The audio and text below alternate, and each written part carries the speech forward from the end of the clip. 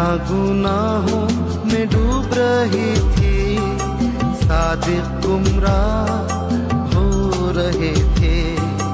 दुनिया गुनाहों में डूब रही थी, सादिक गुमराह हो रहे थे।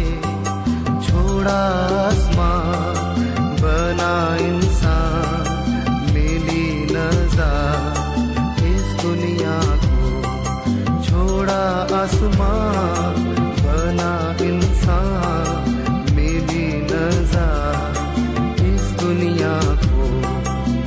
या मसीह दुनिया में तू पापियों को बचाने को लाए ईमान, जो बेटे पर करेगा पार इस दुनिया को।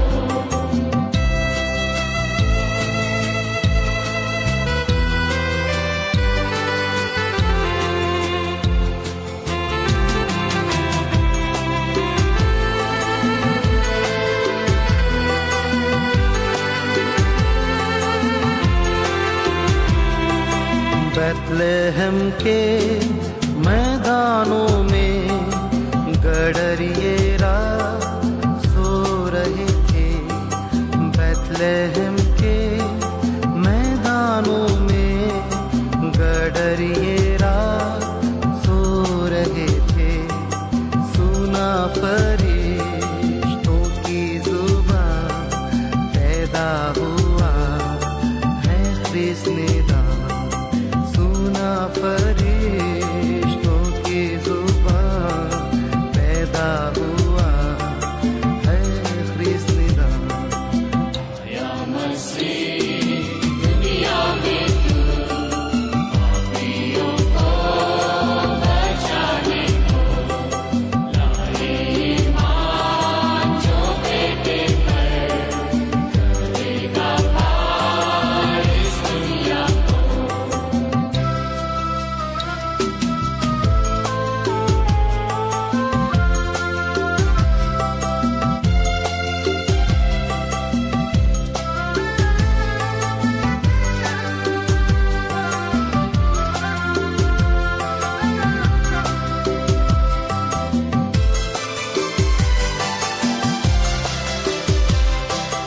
आलिमों ने किताबों में पढ़ी पैदाइश की तफसीर। आलिमों ने किताबों में पढ़ी पैदाइश की तफसीर।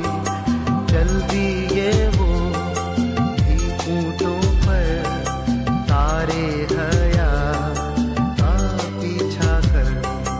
चल दिए वो भी ऊँटों पर, तारे हयात का पीछा कर।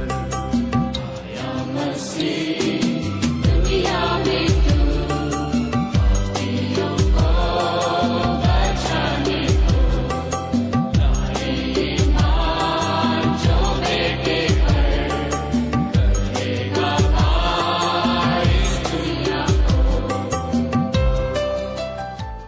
प्रभु यीशु क्रिस्त का अनुग्रह, परमेश्वर का प्रेम और पवित्र आत्मा की सहभागिता आप सबके साथ हो और आपके साथ भी हो। सर्वशक्तिमान परमेश्वर, आपके सम्मुख सबके हृदय खुले हैं। आप सबके अभिलाषाओं को जानते हैं और आपसे कोई भेद छिपा नहीं। अपनी पवित्र आत्मा की प्रेरणा से हमारे हृदय के विचारों को शुद्ध कीजिए, ताकि हम आपसे पूर्ण रूप से प्रेम करें और योग्य रीति से आपके पवित्र नाम की स्तुति करें, हमारे प्रभु यीशु क्रिस्त के द्वारा। आमीन। स्वर्ग में परमेश्वर की महिमा और पृथ्वी पर उसके लोगों को शांति। हे प्रभु परमेश्वर, स्वर्गीय राजा, सर्वशक्तिमान पिता परमेश्वर, हम आपकी आराधना करते, आपको धन्यवाद देते और आपकी महिमा के कारण आपकी स्तुति करते हैं। हे प्रभु यीशु क्रिस्त, परमेश्वर पिता के इकलौते पुत्र, हे प्रभु परमेश्वर, हे परमेश्वर के मेमने, आप जगत का पाप उठा ले जाते हैं, हम पर दया कीजिए। आप पिता की दाहिनी ओर विराजमान हैं, हमारी प्रार्थना स्वीकार कीजिए, क्योंकि केवल आप ही पवित्र हैं, आप ही प्रभु हैं, आप ही यीशु क्रिस्त पवित्र आत्मा के साथ परमेश्वर पिता की महिमा में परम उच्च हैं। आमीन। आइए हम आज की विशेष प्रार्थना करेंगे। हे धन्य प्रभु परमेश्वर, आपने हमारी शिक्षा के लिए समस्त पवित्र शास्त्र लिखवाया है। अब हमारी सहायता कीजिए कि हम उसे सुनें, पढ़ें, उस पर मनन करें और हृदय में उसको धारण कर उसके अनुसार आचरण करें। हमें वर दीजिए कि आपके पवित्र वचन से सबल होकर शाश्वत जीवन की उस आशा को अपनाएं और दृढ़ता से उसको पकड़े रहें जो हमारे मुक्तिदाता प्रभु यीशु मसीह में आपने हमें प्रदान की है। उन्हीं के द्वारा जो आपके और पवित्र आत्मा के साथ एक परमेश्वर हैं और अब तथा सदा सर्वदा जीवित और राज्य करते हैं। आमीन। हमारे सामने पवित्र शास्त्र के पाठ पढ़े जाएंगे।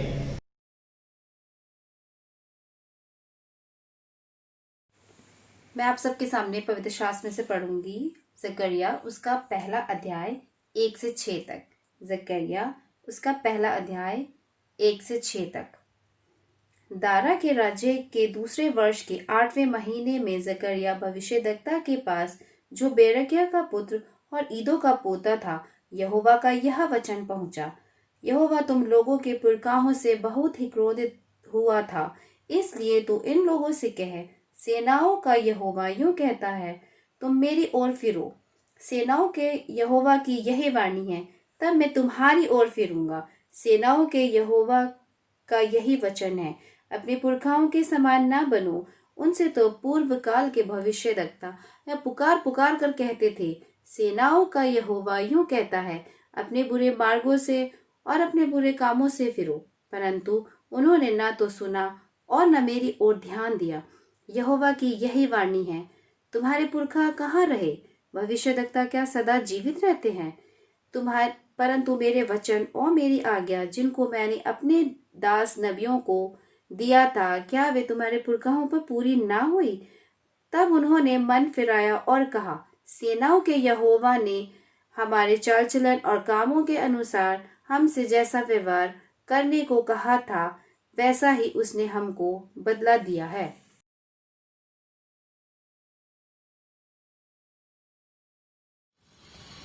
सबको जय मसीह की। आज हम बाइबल में से पढ़ेंगे भजन संहिता 119 उसका 129 से 134 तक। भजन संहिता 119 उसका 129 से 134 तक। यहाँ इस प्रकार लिखा है, तेरी चुनौतियाँ अनूप हैं, इस कारण मैं उन्हें अपने जी से पकड़े हुए हूँ। तेरी बातों के खुलने से प्रकाश होता है, उससे भोले लोग समझ प्राप्त करते हैं। मैं मुंह खोलकर हाँफने लगा, क्योंकि मैं तेरी आज्ञाओं का प्यासा था। जैसे तेरी रीति अपने नाम की प्रतीति करने वालों से है, वैसे ही मेरी ओर से फिर कर मुझ पर अनुग्रह कर। मेरे पैरों को अपने वचन के मार्ग पर स्थिर कर और किसी अनर्थ की बात को मुझ पर प्रभुता ना करने दे। मुझे मनुष्य के अंधेर से छुड़ा ले, तब मैं तेरे उपदेशों को मानूंगा। यह प्रभु का वचन है। प्रभु अपने वचन के पढ़े जाने और सुने जाने पर आशीष दे।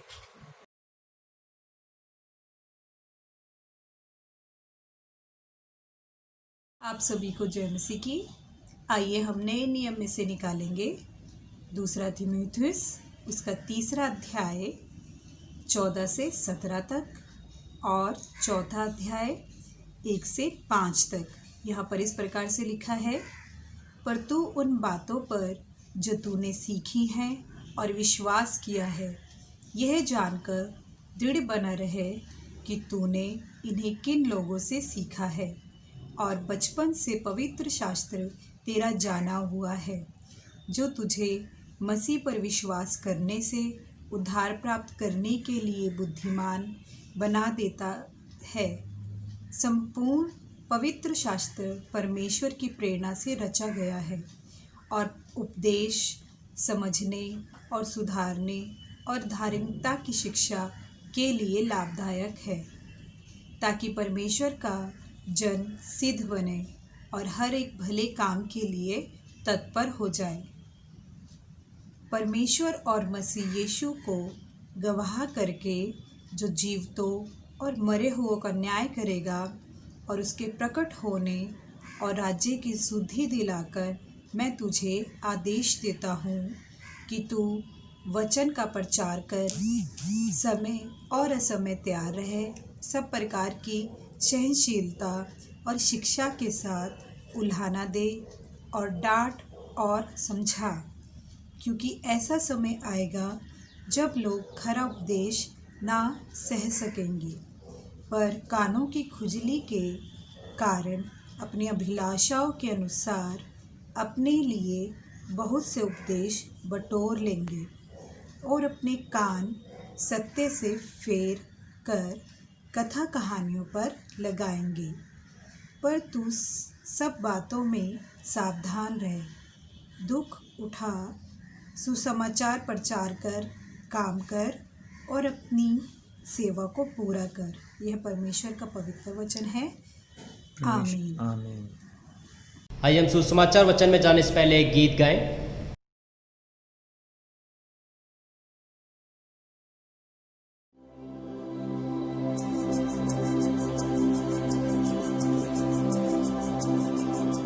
खुशियों की बहार लिए, पापी का उद्धार लिए, खुशियों की बहार लिए, पापी का उद्धार लिए आया है मेरा मसीहा, आया है मेरा मसीहा। खुशियों की बहार लिए, पापी का उद्धार लिए, खुशियों की बहार लिए, पापी का उद्धार लिए आया है मेरा मसीहा, आया है मेरा मसीहा। ऐसा प्रेम किया उसने, स्वर्गीय सुख छोड़ा उसने, ऐसा प्रेम किया उसने, स्वर्गीय सुख छोड़ा उसने, मुझे पापी ही को बचाने, मुझे पापी ही को बचाने आया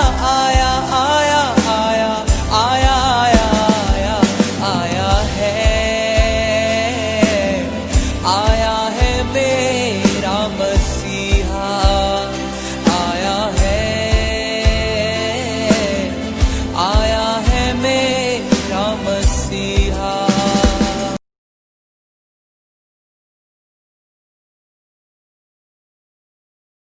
आज के मनन के लिए जो सुसमाचार का हिस्सा लिया गया है वो पाया जाता है यूहन्ना रचित सुसमाचार, उसका 5वां अध्याय और उसकी 31 आयत से 47 आयत तक।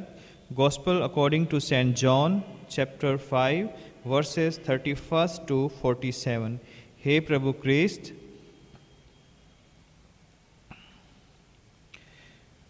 मैं अपने आप से कुछ नहीं कर सकता, जैसा सुनता हूँ वैसा न्याय करता हूँ, और मेरा न्याय सच्चा है, क्योंकि मैं अपनी इच्छा नहीं परंतु अपने भेजने वाले की इच्छा चाहता हूँ। यदि मैं आप ही अपनी गवाही दूँ तो मेरी गवाही सच्ची नहीं, एक और है जो मेरी गवाही देता है, और मैं जानता हूँ कि मेरी जो गवाही वह देता है वह सच्ची है। तुमने यूहन्ना से पूछवाया और उसने सच्चाई की गवाही दी है, परंतु मैं अपने विषय में मनुष्य की गवाही नहीं चाहता, तो भी मैं ये बातें इसलिए कहता हूँ कि तुम्हें उद्धार मिले। वह तो जलता और चमकता हुआ दीपक था, और तुम्हें कुछ देर तक उसकी ज्योति में मगन होना अच्छा लगा, परंतु मेरे पास जो गवाही है वह यूहन्ना की गवाही से बड़ी है, क्योंकि जो काम पिता ने मुझे पूरा करने को सौंपा है, अर्थात यही काम जो मैं करता हूँ, वह मेरे गवाह हैं कि पिता ने मुझे भेजा है, और पिता जिसने मुझे भेजा है उसी ने मेरी गवाही दी है। तुमने ना कभी उसका शब्द सुना और ना उसका रूप देखा है, और उसके वचन को मन में स्थिर नहीं रखते, क्योंकि जिसे उसने भेजा तुम उसका विश्वास नहीं करते। तुम पवित्र शास्त्र में ढूंढते हो, क्योंकि समझते हो कि उसमें अनंत जीवन तुम्हें मिलता है, और यह वही है जो मेरी गवाही देता है। फिर भी तुम जीवन पाने के लिए मेरे पास आना नहीं चाहते। मैं मनुष्यों से आदर नहीं चाहता, परंतु मैं तुम्हें जानता हूँ कि तुम में परमेश्वर का प्रेम नहीं। मैं अपने पिता के नाम से आया हूँ और तुम मुझे ग्रहण नहीं करते। यदि अन्य कोई अपने ही नाम से आए तो उसे ग्रहण कर लोगे। तुम जो एक दूसरे से आदर चाहते हो और वह आदर जो एकमात्र परमेश्वर की ओर से है नहीं चाहते, किस प्रकार विश्वास कर सकते हो? यह न समझो कि मैं पिता के सामने तुम पर दोष लगाऊंगा। तुम पर दोष लगाने वाला तो मूसा है, जिस पर तुमने भरोसा रखा है, क्योंकि यदि तुम मूसा का विश्वास करते तो मेरा भी विश्वास करते, इसलिए कि उसने मेरे विषय में लिखा है। परंतु यदि तुम उसकी लिखी हुई बातों पर विश्वास नहीं करते तो मेरी बातों पर कैसे विश्वास करोगे? ये प्रभु क्रिस्त का शुभ समाचार है। आमीन। प्रभु यीशु मसीह के नाम में एक बार फिर से आप सबों को जय मसीह की। परमेश्वर का हम धन्यवाद करते हैं कि उसने एक और अच्छा ये मौका दिया कि हम प्रभु के वचन को सुन सकें, पढ़ सकें और प्रभु की आराधना कर सकें। मैं विश्वास करता हूँ कि अब तक प्रभु ने आप सबों को संभाला है, सुरक्षित रखा है और इस क्रिसमस के सीजन में भी परमेश्वर आप सबों को संभाल कर रखे और ये आने वाला क्रिसमस आप सब के लिए आशीषमय हो। यही मेरी आपके लिए प्रभु से प्रार्थना है। आज के जो वचन के हिस्से हमने पढ़े वो जकरिया नबी की पुस्तक, उसका पहला अध्याय 1 से 6, भजन संहिता 119, 129, 134, दूसरा तीमुथियुस उसका 3 अध्याय उसकी 14 आयत से 17 आयत तक और चौथे अध्याय की 1 से लेकर 5 आयत तक हमने सुना है। और यूहन्ना की इंजील 5वां अध्याय 31 से 47 आयत तक जो है हमने सुसमाचार का हिस्सा पढ़ा है। तो आज का जो थीम है, जो कि आज का दिन जो है वो एडवेंट 2 है, यानी थर्ड संडे बिफोर क्रिसमस जो है, जो लास्ट संडे था 29 नवंबर का, वो फर्स्ट एडवेंट थी और आज जो है वो सेकंड एडवेंट है। एडवेंट सेकंड है आज जो है। और जो एडवेंट है वो प्रभु यीशु मसीह के आगमन से पहले की जो तैयारी है उसके बारे में हमें बताती है। तो आइए, इससे पहले कि हम आज प्रभु के वचन पर मनन करें, अपने सरों को झुकाएंगे और प्रभु से प्रार्थना करें कि हे प्रभु, आप अपने वचन के द्वारा हमसे बात कर, ताकि हम आपकी वाणी को सीखें, समझें, सुने और इस पर चल सकें। प्यारे खुदावंद यीशु मसीह, मैं एक बार फिर से आपका धन्यवाद करता हूँ और खासकर प्रभु यीशु इस समय को आपके हाथों में सौंपता हूँ। आपका पवित्र आत्मा मेरी अगुवाई करे, इन सब लोगों की अगुवाई करे जो इस वचन को सुनते हैं। पिता परमेश्वर दया कर, ताकि हम वचन को सुने, समझे, सीखें और इस पर चल सकें और इसको इग्नोर ना करें। मेरे पिता प्रभु, सारी आशाओं के लिए हम आपका धन्यवाद देते हैं। यीशु क्रिस्त के नाम से मांगते हैं, आमीन। आज का जो थीम है, the word of God demands a response from it's hearer. The word of God demands a response from it's hearer. परमेश्वर का वचन इसके सुनने वालों से प्रत्युत्तर की मांग करता है। परमेश्वर का वचन इसके सुनने वालों से प्रत्युत्तर की मांग करता है। आज का जो समय है वो ऐसा समय है जहां पर कोई किसी की सुनता नहीं है। इस संसार में हर कोई ये शिकायत करता है कि वो मेरी नहीं सुनता या वो मेरी नहीं सुनती है। अगर हम घर में जाएं तो माता पिता की शिकायत है कि बच्चे हमारी नहीं सुनते हैं, बच्चों की शिकायत है कि माता पिता हमारी नहीं सुनते हैं। इसी तरह हमारे रिश्ते नातों में सास बहू को कहती है कि वो मेरी नहीं सुनती है, बहू सास को कहती है कि मेरी सास मेरी नहीं सुनती है, बच्चे माता पिता को, भाई बहनों को और दोस्तों को कहते हैं कि वो हमारी नहीं सुनते हैं। टीचर बच्चों की शिकायत करते हैं कि बच्चे क्लास में नहीं सुनते हैं और पेरेंट्स टीचर्स की शिकायत करते हैं कि ये टीचर्स हमारी बात नहीं सुनती है। अगर हम कंपनी में जाएं, ऑफिस में जाएं या किसी भी एरिया या किसी भी फील्ड में हम जाते हैं तो वहाँ सबकी समस्या है कि कोई उनकी सुनता नहीं है। और इस संसार में हम देखते हैं कि सब लोग जो है बहुत परेशान है इस बात से कि कोई उनकी बात को सुनता नहीं है। ना सुनने की जो समस्या है वो बहुत पुरानी है। आज भी ये समस्या हमारे बीच में है कि लोगों को अच्छी बातें बताई जाती हैं, समझाई जाती हैं, लेकिन वो उस अच्छी बातों को सुनने से इनकार कर देते हैं और जो गलत बातें होती हैं, जो बुरी बातें होती हैं, वो बिना सुने ही वो उनको समझ में भी आती हैं और उनको फॉलो भी करते हैं, उनके ऊपर चलते भी हैं। और इसीलिए जो है प्रभु का वचन आज हमसे ये मांग करता है कि हम जो प्रभु यीशु मसीह के लोग हैं, हमें जो ये वचन सुनाया जाता है, हम जो इस वचन को पढ़ते हैं, जब हम इस वचन को पढ़ते हैं, जब हम इस वचन को सुनते हैं, तो हमारे लिए इसे पढ़ना या सुनना ही काफी नहीं है, परंतु परमेश्वर ये हमसे उम्मीद करता है कि हम इस वचन को पढ़ने और सुनने के साथ इसको समझें और इसके ऊपर चलें। और जितना हम प्रभु के वचन पर चलते हैं, उतना ही परमेश्वर हमें आशीषित करता है, और जितना हम परमेश्वर के वचन को नहीं सुनते हैं, उतना ही परमेश्वर की आशीषें भी हमसे दूर चली जाती हैं। जिस तरह से आदम और हवा को जब बनाया गया था, परमेश्वर ने उन्हें कुछ आज्ञा नियम दिए थे कि तुम ये मत खाना, ये मत करना, और उसके बाद जब थोड़े दिन बीते तो हम देखते हैं कि शैतान ने हवा को बहकाया, और जो फल मना किया गया था, वो वचन के द्वारा कहा गया था कि तुम इसे ना खाना, उस आज्ञा को, उन वचनों को हवा ने तोड़ा और आदम से भी तुड़वाया।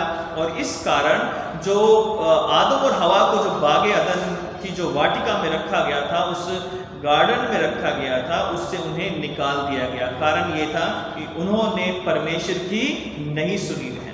और इसलिए पूरे पुराना नियम, नया नियम जो है, और प्रभु के जो दास दासी हैं, आज एक ही बात पर जोर देते हैं कि हमें परमेश्वर के वचन को सुनना भी है, पढ़ना भी है, और इस वचन के ऊपर चलना भी है। और जितना हम इसको पढ़ेंगे, सुनेंगे और इस पर चलेंगे, उतने ही हमारे जीवन में बदलाव आता जाएगा, क्योंकि वचन जीवित है। वचन परमेश्वर के आत्मा के द्वारा और परमेश्वर की आज्ञा के द्वारा हम तक ये वचन पहुंचा है। तो हमने जो वचन के हिस्से पढ़े हैं, आज उन पर हम मनन करेंगे कि किस तरह इन वचनों के द्वारा, इन हिस्सों के द्वारा परमेश्वर मुझसे और आपसे उम्मीद करता है कि हम जो परमेश्वर के लोग हैं, वचन को सुने, समझें और सीखें जो है। तो पहली बात मैं आपके साथ बांटना चाहता हूं, जो कि दूसरा तीमुथियुस में हमने पढ़ा है। दूसरा तीमुथियुस की जो पत्री है, उसके अंदर हमने पढ़ा है कि किस तरह से परमेश्वर का जो वचन है, वो कोई हल्की बात नहीं है, या कोई ऐसा शब्द, ऐसे वचन नहीं है जो किसी इंसान के द्वारा है। तो मैं इसको पढ़ देता हूँ। अगर मैं इसके दूसरा तीमुथियुस, उसका 3 और उसकी 16 इनको पढ़ता हूँ, 17 को 16 को। हर एक पवित्र शास्त्र परमेश्वर की प्रेरणा से रचा गया है और उपदेश और समझाने, सुधारने और धर्म की शिक्षा के लिए लाभदायक है, ताकि परमेश्वर का जन सिद्ध बने और हर एक भले काम के लिए तत्पर हो। तो पहली बात यहाँ पर जो मैं आपके साथ बांटना चाहता हूँ कि परमेश्वर का वचन, जो कि ये पवित्र शास्त्र है, प्रभु का वचन है, वो परमेश्वर की आत्मा के द्वारा जो है, या आत्मा की प्रेरणा से लिखा गया है, लिखवाया गया है। The word of God is inspired by the Holy Spirit. When it was written, when it was spoken, the people were inspired by the Holy Spirit, the spirit of God और द होली स्पिरिट। तो पवित्र आत्मा की सामर्थ्य से परमेश्वर के जो लोग थे, जो प्रॉफिट्स थे, जो भविष्यवक्ता थे, जो आज संत और परमेश्वर के सच्चे दास दासियां हैं, वो भी हैं। तो शुरू से जो वचन ये दिया गया, जो पवित्र बाइबल में हमें मिलता है, it was inspired by God and given by God. ये परमेश्वर के द्वारा दिया गया, उसके आत्मा के द्वारा दिया गया है। आज बहुत से लोग परमेश्वर के वचन को सुनकर उस पर नहीं चलते, उस पर ध्यान नहीं देते हैं, और उनके लिए परमेश्वर के वचन को बोलना या पढ़ना या सुनना जो है एक ड्यूटी के समान है, एक रूटीन के समान है कि बस हमें वचन को पढ़ना है, या हमें प्रचार करना है, या हमें इसको सुनना है, या हमें चर्च जाना है, अटेंड करना है, वापस ये होना है कि बस हमने अपने मन को तसल्ली देना कि हमने चर्च अटेंड किया है। तो इन सब में, इन सब कार्यकलापों में हम परमेश्वर के वचन को बहुत बार भूल जाते हैं। हम सोचते हैं कि शायद ये वचन किसी पास्टर का है, किसी इंसान का है, किसी व्यक्ति का है, लेकिन हम ये भूल जाते हैं कि ये प्रभु का वचन है, परमेश्वर का वचन है।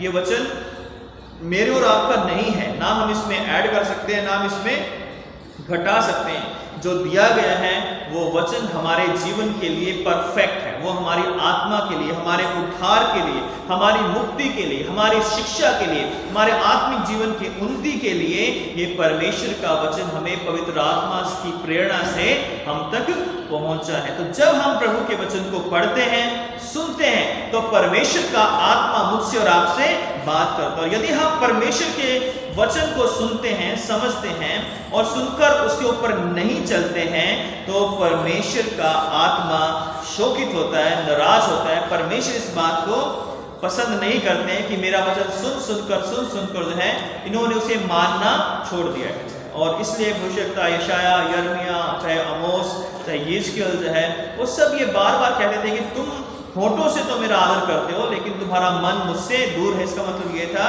कि तुम परमेश्वर के वचन को सुनते तो हो, लेकिन उसको मानते नहीं हो जाए। और आज प्रभु का वचन हमसे ये कहता है कि जो ये वचन है, और 15वीं आयत में लिखा है दूसरा तीमुथियुस उसका 3:15 में, और बालकपन से पवित्र शास्त्र तेरा जाना हुआ है, जो तुझे मसीह पर विश्वास करने से उद्धार प्राप्त करने के लिए बुद्धिमान बना सकता है। तो ये जो वचन है हमें बुद्धिमान बनाता है, ताकि हम मसीह पर विश्वास करके उस उद्धार को प्राप्त कर लें जो उद्धार प्रभु ने हमारे लिए तैयार किया है।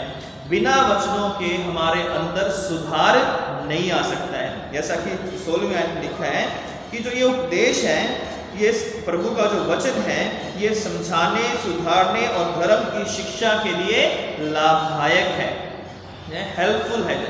तो जब हम इस वचन को सुनते हैं, तभी हमारे अंदर सुधार आता है, तभी हमारे अंदर बदलाव आता है, तभी हमारे अंदर चेंजेस आते हैं और हम धार्मिकता के रास्ते पर चलने का प्रयास करते हैं और सिद्धता में, आत्मिक सिद्धता में बढ़ते जाते हैं। लेकिन जब हम वचन को सुनते नहीं है, पढ़ते नहीं है और इस पर चलते नहीं है, तो हम कभी भी अपने आत्मिक जीवन की सिद्धता को प्राप्त नहीं कर सकते। कभी भी हमारे जीवन में बदलाव नहीं आ सकता है बिना वचन के जो है, और वचन के इग्नोर करके जो है हमारे जीवन में कभी जो है आशीषें या शांति हमें प्राप्त नहीं हो सकती। इसलिए जो है प्रभु का वचन जो है परमेश्वर की आत्मा के द्वारा प्रेरित है, inspired by the Holy spirit of God.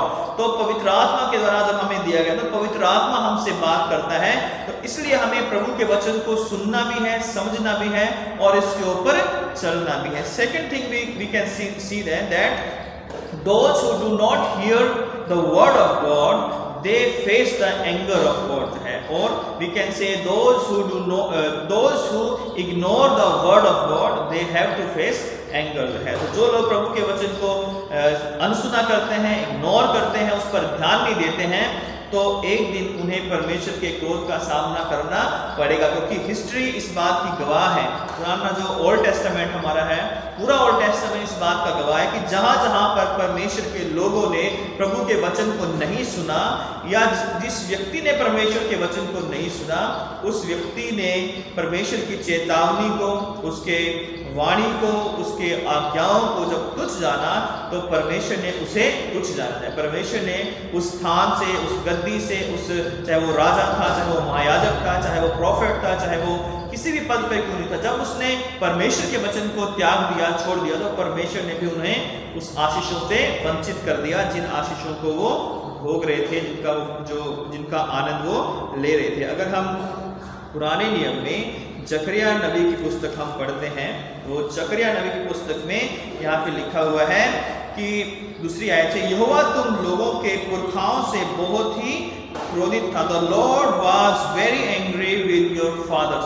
परमेश्वर जो था वो तुम्हारे पुरखाओं से बहुत क्रोधित था, इसलिए तुम लोगों से कह, सेनाओं का यहोवा यूं कहता है, तुम मेरी ओर फिरो, सेनाओं के यहोवा की वाणी है, तब मैं तुम्हारी ओर फिरूंगा, सेनाओं के यहोवा का यही वचन है। Return to me declares the Lord of host, that I may return to you, say the Lord of host.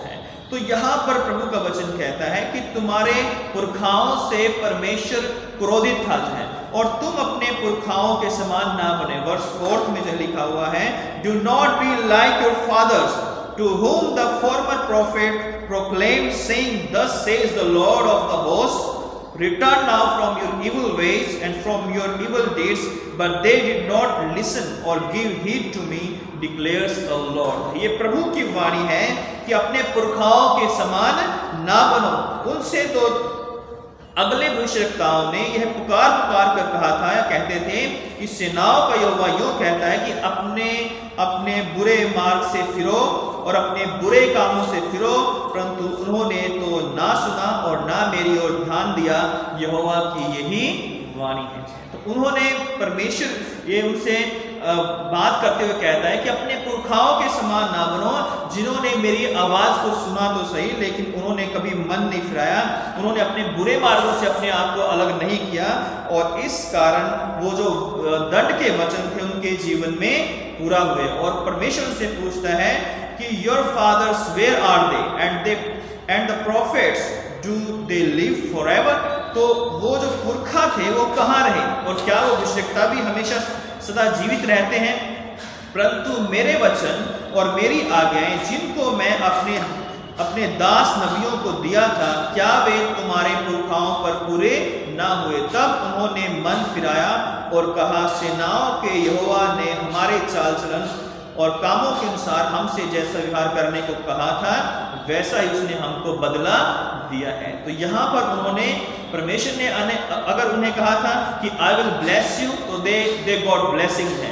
But when God says that I will give you punishment, तो दे गॉट पनिशमेंट है from God. तो यहाँ पर जो है वो जो पुरखा थे, परमेश्वर के वचन को उन्होंने जब उनके जीवन में पूरा हो गया, उसका दंड उनके जीवन में पूरा हो गया, तब उन्होंने इस बात को जाना कि सच में परमेश्वर जो कह रहा था वो हमने नहीं सुना, और वो हमारी जिंदगी में एज इट इज पूरा हो चुका है।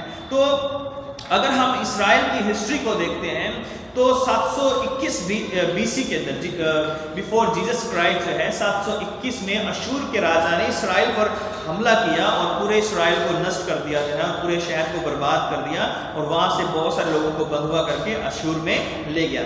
इसी तरह जो यहूदा का गोत्र था, सदर्न पार्ट जो था, उसमें यहूदा और उसमें बिन्यामीन का गोत्र जो शामिल थे, उसमें जो है 586 BC में जो है वो राजा नबूकदनेस्सर ने जो है, बाबल के राजा ने वो आक्रमण किया और सारे इस्राएल के लोगों को बंदी बनाकर, कईयों को मार दिया, कईयों को बंदी बनाकर ले गया, और जो यरूशलेम का मंदिर था उसे उसने नष्ट कर दिया।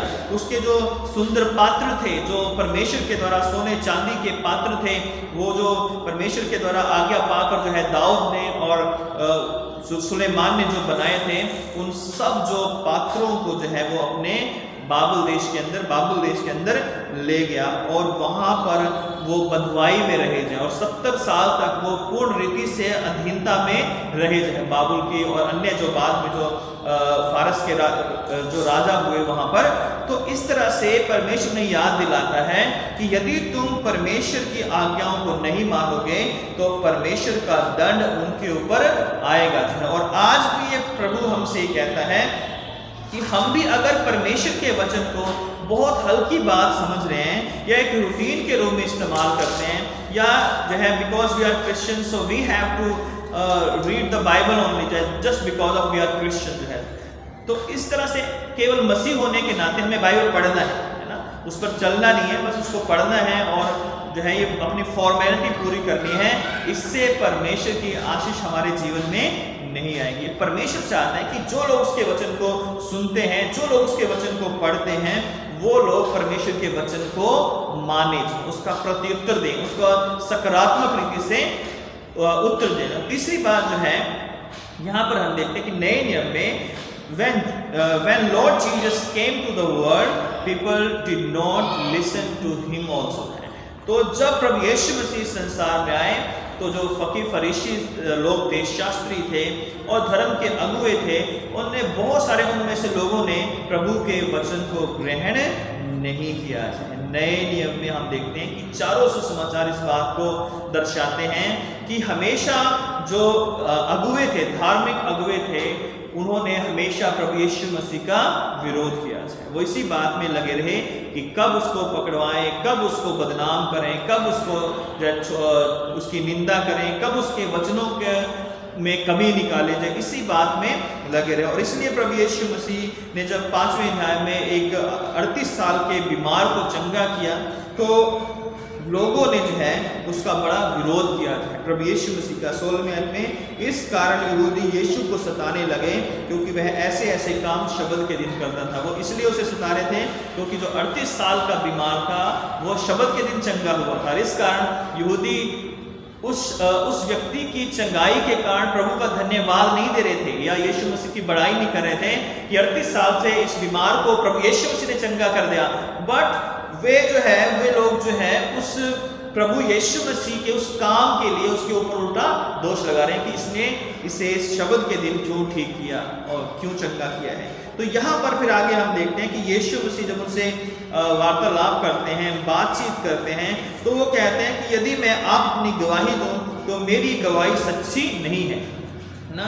और एक और है जो मेरी गवाही देता है और मैं जानता हूं कि जो मेरी गवाही देता है वह सच्ची। क्योंकि यहूदी जो धर्म है, यहूदी जो ग्रंथ है मूसा के द्वारा दिया गया था, जो व्यवस्था दी गई थी, उसमें कहा गया था कि जो यदि कोई व्यक्ति किसी बात के लिए जो है उसे दोषी ठहराया जाता है, निर्दोष ठहराया जाता है, तो उसके लिए कम से कम 2 गवाह होना जरूरी है। इसलिए यीशु मसीह कहते हैं कि मेरी गवाही जो है मैं आप अपनी गवाही जो है दूं तो मेरी गवाही सच्ची नहीं है ना। यीशु मसीह अपनी गवाही दे रहे थे, वो सच्ची थी, और अगर वो अकेले गवाही भी दे तो भी वो सच्ची होती। लेकिन ये बात उन्होंने क्यों कही? ये बात उन्होंने फरीसियों के लिए, क्योंकि जो सोचते थे या जो पढ़ते थे व्यवस्था के अंदर कि एक व्यक्ति गवाही सच्ची नहीं होती, इसलिए उनको समझाने के लिए, उनको बताने के लिए यीशु मसीह कहते हैं यदि मैं अपनी गवाही दूं तो मेरी गवाही सच्ची नहीं, लेकिन एक और है जो मेरी गवाही देता है और मैं जानता हूं कि जो मेरी गवाही देता है वह सच्ची है। तो प्रभु यीशु मसीह की गवाही सबसे पहले परमेश्वर ने दी है कि ये मेरा प्रिय पुत्र है जिससे मैं प्रसन्न हूँ। यूहन्ना ने गवाही दी कि देखो ये जो है परमेश्वर का मेमना है जो जगत के पाप उठा लेकर चला जाता है। और यूहन्ना ने कहा था कि मैं तो इस योग्य भी नहीं हूँ कि इसके जूते के बंद को खोल सकूं।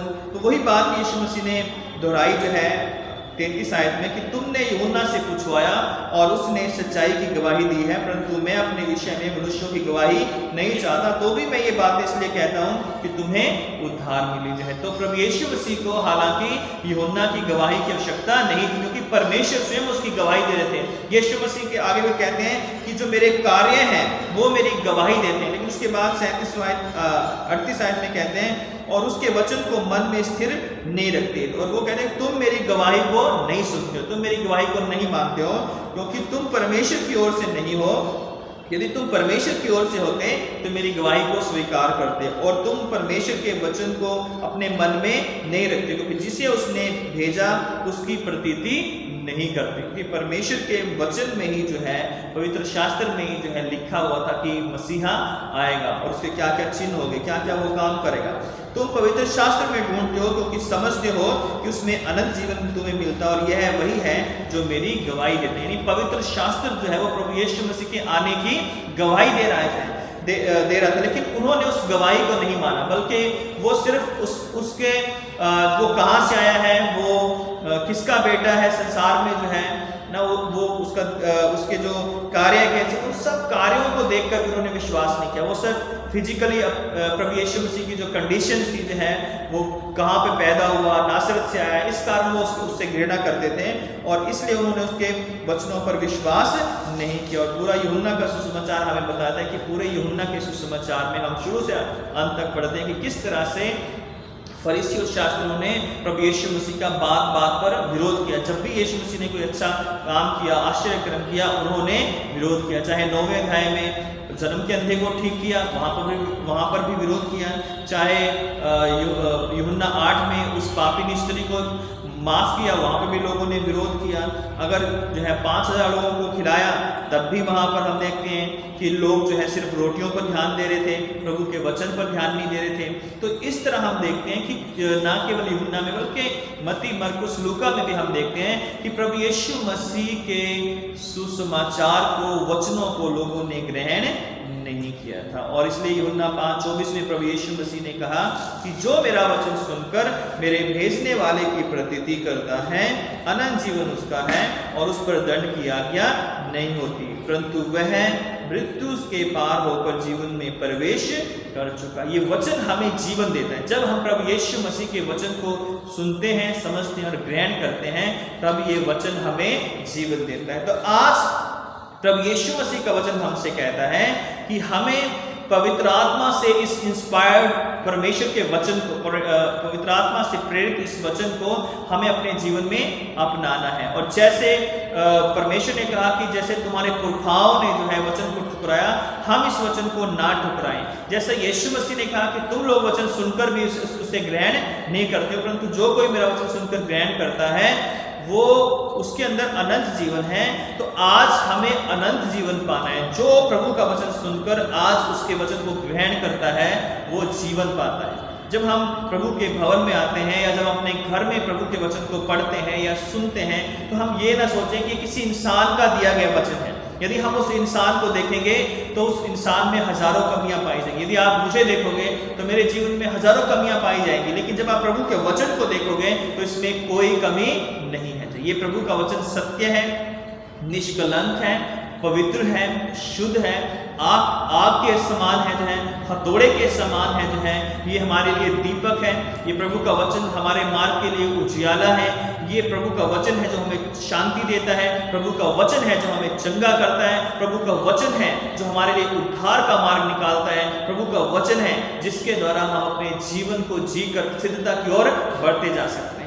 और इसलिए तीमुथियुस में भी लिखा है कि तुम समय असमय तैयार रहो प्रभु के वचन को पढ़ने के लिए, सुनने के लिए और प्रचार करने के लिए समय और असमय तैयार रहो, ताकि जो है प्रभु का वचन हम सुनाएं और प्रभु के वचन के द्वारा हम तो आशीष पाएं लेकिन दूसरे भी आशीष पाएं। जब आज हमें प्रभु के वचन को सुनना है, समझना है, उसे ग्रहण करना है। पुराने नियम में बहुत सारे ऐसे उदाहरण हैं, नए नियम में ऐसे बहुत सारे उदाहरण हैं जहां पर लोगों ने प्रभु के वचन को सुना लेकिन उसे ग्रहण नहीं किया। जब फिरौन को मूसा ने वचन सुनाया तो उसने ग्रहण नहीं किया, इस कारण 10 विपत्तियां मिस्र पर आई और मिस्र नष्ट हुआ जो है और बहुत बर्बादी वहां पर आई उन 10 विपत्तियों के द्वारा। आदम और हवा को जो है बाग एदन को छोड़ना पड़ा जो है, क्योंकि उन्होंने प्रभु की आज्ञाओं को, वचन को नहीं माना जो है। इस तरह से अनेक ऐसे उदाहरण हैं पुराने नियम में, चाहे वो शाऊल हो जिसको प्रभु ने आज्ञा दी थी कि तुम सब कुछ नष्ट कर देना अमालेकियों का, तो उसने उसको नहीं माना है। चाहे वो यहूदा इस्करियोती था जिसने प्रभु के साथ रहकर भी प्रभु के वचनों को नहीं माना। चाहे वो अन्य कोई भी राजा क्यों नहीं था, जो अगर हम इस्राएल के इतिहास पढ़ते हैं, इतिहास, पहला इतिहास, दूसरा इतिहास, वहाँ पर बहुत सारे राजा थे, चाहे वो अहाब था, चाहे वो अन्य सिदकिय्याह था, चाहे योआकीम था, उन्होंने प्रभु की आवाज़ को नहीं सुना, प्रभु के वचन पर ध्यान नहीं दिया और इस कारण उनके ऊपर दंड आया है। तो इसलिए प्रभु यीशु मसीह हमें दंड देना नहीं चाहते हैं। प्रभु यीशु मसीह इस एडवेंट के दिन, सेकेंड एडवेंट के दिन, इस क्रिसमस से आने से पहले जो है वो हमें तैयार करना चाहते हैं कि हम प्रभु के वचन को सुने, समझें और इस पर चलें और प्रभु की जो आवाज़ है उसको सुनकर हम सकारात्मक प्रत्युत्तर देते हैं। Because the word of God demands a response from its hearer. जो इसको सुनने वाले हैं प्रभु उनसे मांग करता है कि प्रभु के वचन का प्रत्युत्तर दे, उसके ऊपर चले हैं। और जिन्होंने वचन को सुना, जिन्होंने वचन को ग्रहण किया, जिन्होंने वचन को फॉलो किया, उन्होंने अनंत जीवन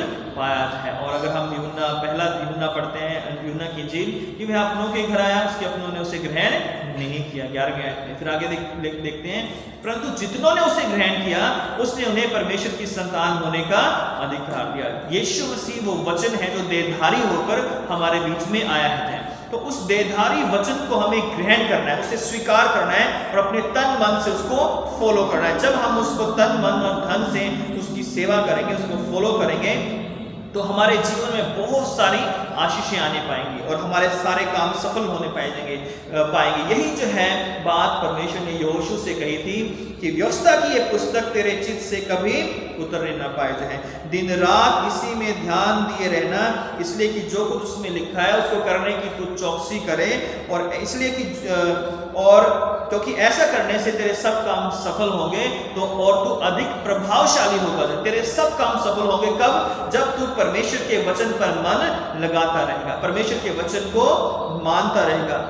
अगर हम भजनों में पढ़े, वहां पे भी प्रभु के वचन की महिमा में लिखा है कि तेरे वचन से प्रीति रखने वालों को बड़ी शांति मिलती है।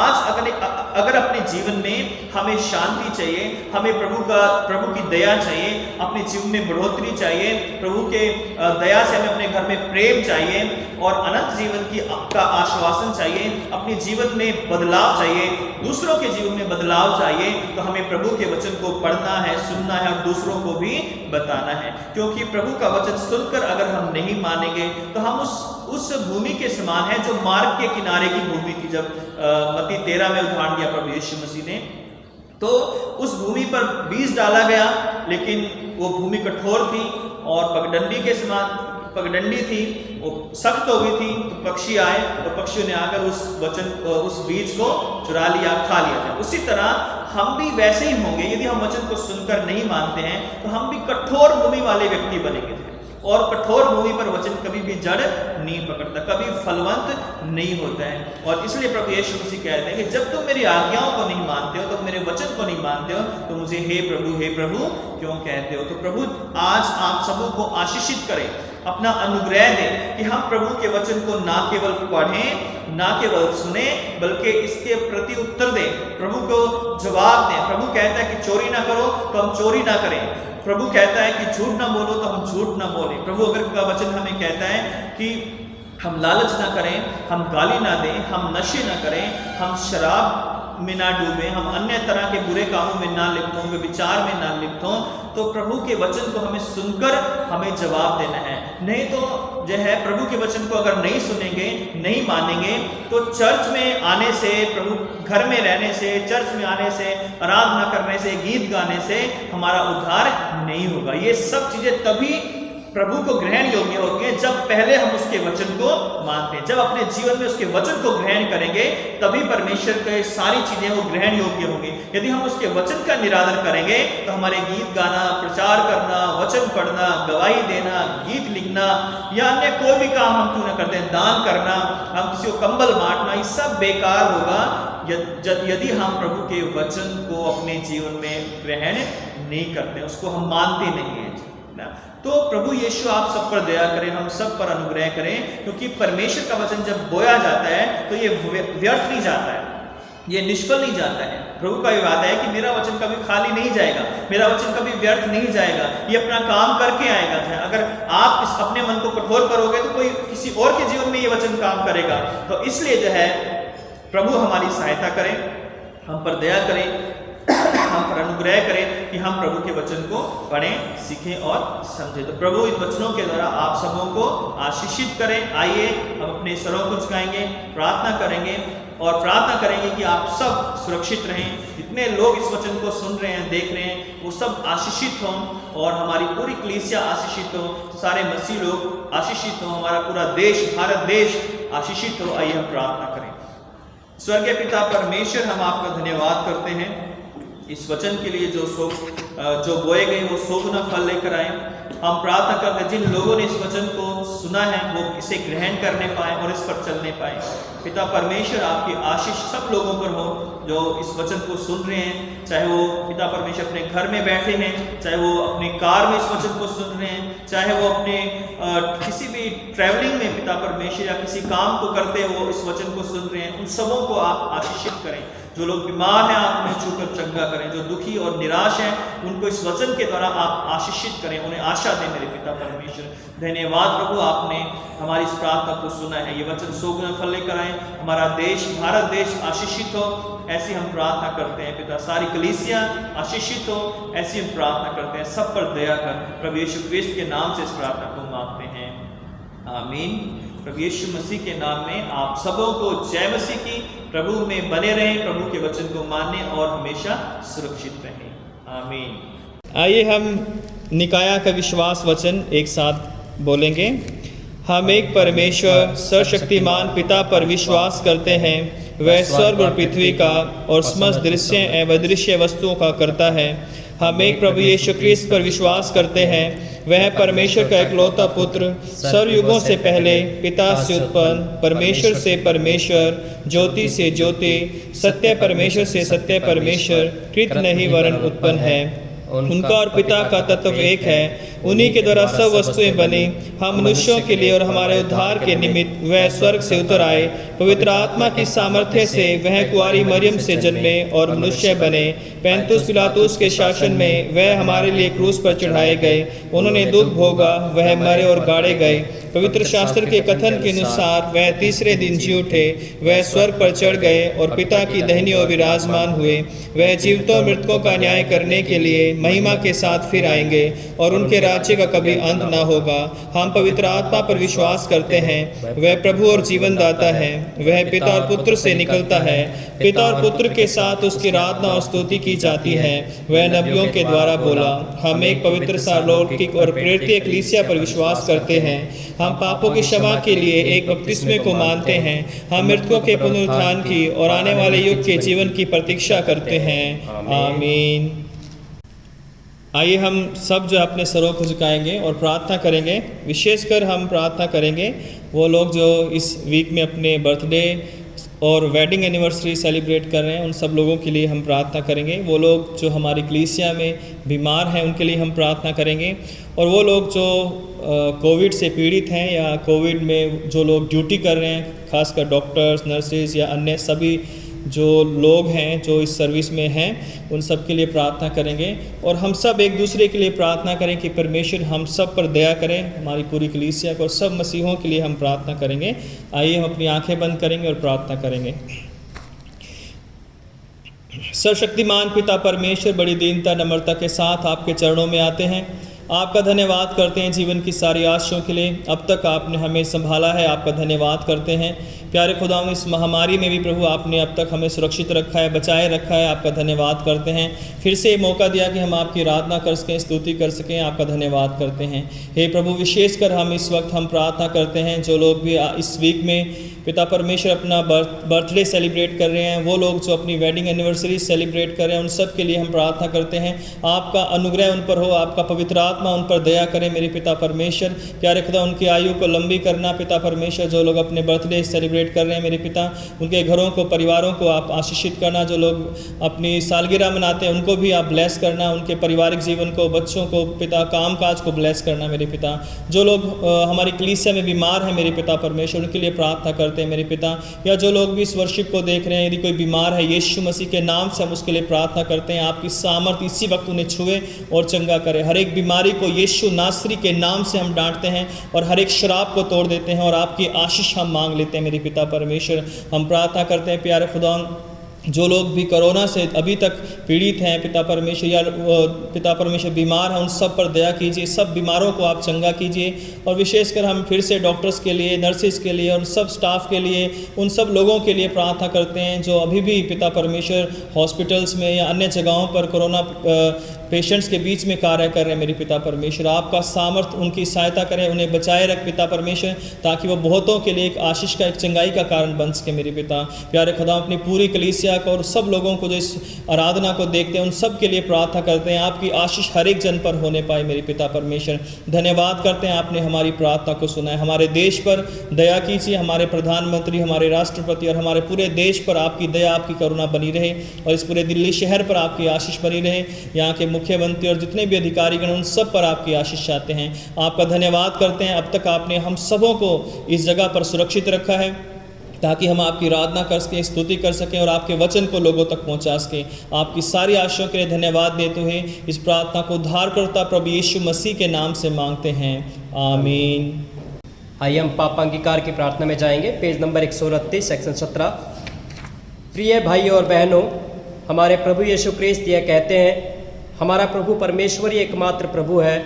तो प्रभु अपने परमेश्वर को अपने संपूर्ण हृदय, संपूर्ण प्राण, संपूर्ण बुद्धि और संपूर्ण शक्ति से प्रेम कर, यह पहली आज्ञा है। दूसरी यह है, अपने पड़ोसी को अपने समान प्रेम कर, इनसे बड़ी और कोई आज्ञा नहीं है। परमेश्वर ने संसार से ऐसा प्रेम किया कि उसने अपना इकलौता पुत्र यीशु ख्रिस्त दे दिया कि वह हमें पापों से बचाए, स्वर्ग में हमारे लिए निवेदन करे और हमें शाश्वत जीवन में पहुंचाए। इसलिए हम पश्चाताप और विश्वास के साथ अपने पापों को स्वीकार करें। हम परमेश्वर की कृपा से उसकी आज्ञाओं का पालन करने का और सब लोगों के साथ मेल मिलाप और प्रेम से रहने का पक्का संकल्प करें। हे सर्वशक्तिमान परमेश्वर, हमारे स्वर्गीय पिता, हमने मन, वचन और कर्म से आपके विरुद्ध और एक दूसरे के विरुद्ध पाप किया है। हमने अपनी ज्ञानता और दुर्बलता के कारण और जानबूझकर भी बुराई की है और भलाई करने में असफल रहे हैं। इन सब पापों के लिए हम सचमुच दुखी हैं और अंतःकरण से पश्चाताप करते हैं। आपके पुत्र यीशु ख्रिस्त ने हमारे लिए अपने प्राण दिए। उन्हीं के कारण हमने जो पाप किए हैं उनको क्षमा कीजिए और ये वर दीजिए कि भविष्य में हम नया जीवन पाकर सदा आपकी सेवा करें, ताकि आपके पवित्र नाम की महिमा हो। आमीन। सर्वशक्तिमान परमेश्वर उन सबको क्षमा करता है जो एक दूसरे को क्षमा करते और सच्चा पश्चाताप करते हैं। वे आप सब पर दया करे, आप सबके पापों को क्षमा करे और उनसे आपको छुटकारा दे, सब भले कामों में आपको स्थिर और सबल करे और शाश्वत जीवन में बनाए रखे, हमारे प्रभु यीशु ख्रिस्त के द्वारा। आमीन। परमेश्वर का धन्यवाद हो। हम सब मिलकर मसीह की देह हैं। हम सब ने एक आत्मा के द्वारा एक देह में बपतिस्मा लिया है। हम ऐसे कार्यों में संलग्न रहे जिनसे शांति मिलती और एक दूसरे का निर्माण होता है। प्रभु की शांति सदा आपके साथ रहे और आपके साथ भी रहे। प्रभु यीशु मसीह के नाम में एक बार फिर से आप सबों को जय मसीह की। परमेश्वर का धन्यवाद करते हैं कि अब तक हमने प्रभु की अनुग्रह में बहुत सारी आशीषें पाई हैं और हर संडे की आराधना को हमने अटेंड किए हैं। प्रभु का धन्यवाद हो। और जैसा कि पहले भी हमने अनाउंसमेंट किया था कि हम अपनी ऑफरिंग्स जो है, जो हम रेगुलर चर्च में देते थे, अभी भी हमें अपनी ऑफरिंग को जो है अपने घर में नहीं रखना है, बल्कि हमें प्रभु के लिए उसको निकालना है। और उसके लिए जो है हम अपने जो ऑफरिंग है, या तो अपने आपके घरों में एक गुल्लक है, आप इन गुल्लक में जो है डाल सकते हैं। आपके पास ये चर्च द्वारा दिए गए गुल्लक होंगे, या आप अपने घर में जो है कोई ऐसा बॉक्स बना सकते हैं और उसमें जो है आप ऑफरिंग को डाल सकते हैं जो है, ताकि जो है जब भी आप चर्च में आते हो और उस ऑफरिंग को, उस गुल्लक को जो है, उस बॉक्स को आप ला सकते हो चर्च में। और हर शाम को जो है पास्टरेट कमेटी के लोग चर्च में होते हैं और संडे को सुबह होते हैं। तो आप कभी भी शाम को या संडे की मॉर्निंग में आकर जो है आप अपनी ऑफरिंग जो है भेंट कर सकते हो। तो ये समय है कि हम अपनी ऑफरिंग जो है प्रभु के नाम में जो है अपने अपने जो गुल्लक हैं हमारे पास या बॉक्स है उनमें हम डालेंगे जो है। आइए हम एक गीत गाएं, इस दौरान हमारी भेंट एकत्रित की जाएगी।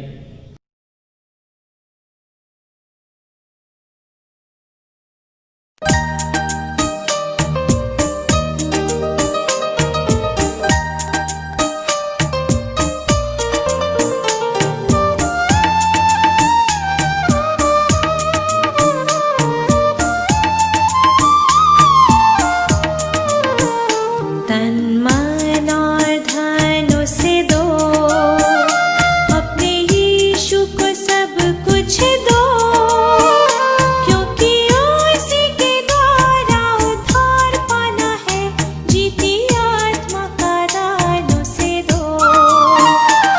तन मन और धन उसे दो, अपने यीशु को सब कुछ दो, क्योंकि उसी के द्वारा उद्धार पाना है, जीती आत्मा का दान उसे दो।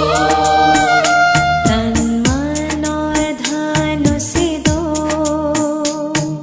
आइए हम इस भेंट को और इसके साथ अपने आप को भी परमेश्वर की महिमा और सेवा के लिए अर्पित करें।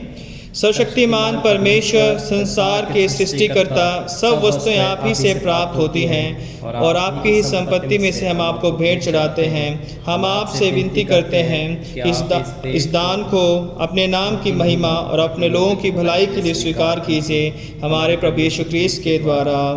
आमीन। आइए हम सब प्रभु की प्रार्थना के साथ बोलेंगे। हे हमारे स्वर्गीय पिता, आपका नाम पवित्र माना जाए, आपका राज्य आए, आपकी इच्छा जैसे स्वर्ग में पूरी होती है वैसे पृथ्वी पर भी पूरी हो। आप हमारे दिन भर की रोटी आज हमें दीजिए। आप हमारे अपराधों को क्षमा कीजिए जैसा हमने अपने अपराधियों को क्षमा किया है। आप हमें परीक्षा में मत डालिए, परंतु बुराई से बचा लीजिए, क्योंकि राज्य, पराक्रम और महिमा अब और सदा सर्वदा आपके ही हैं। आमीन।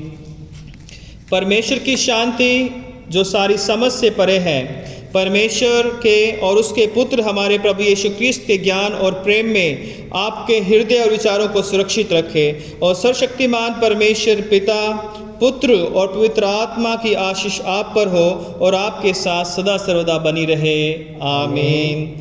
शांति से पूर्ण होकर जाओ, प्रभु से प्रेम करो और उसकी सेवा में लगे रहो। मसीह क्रिस्त के नाम में आमीन।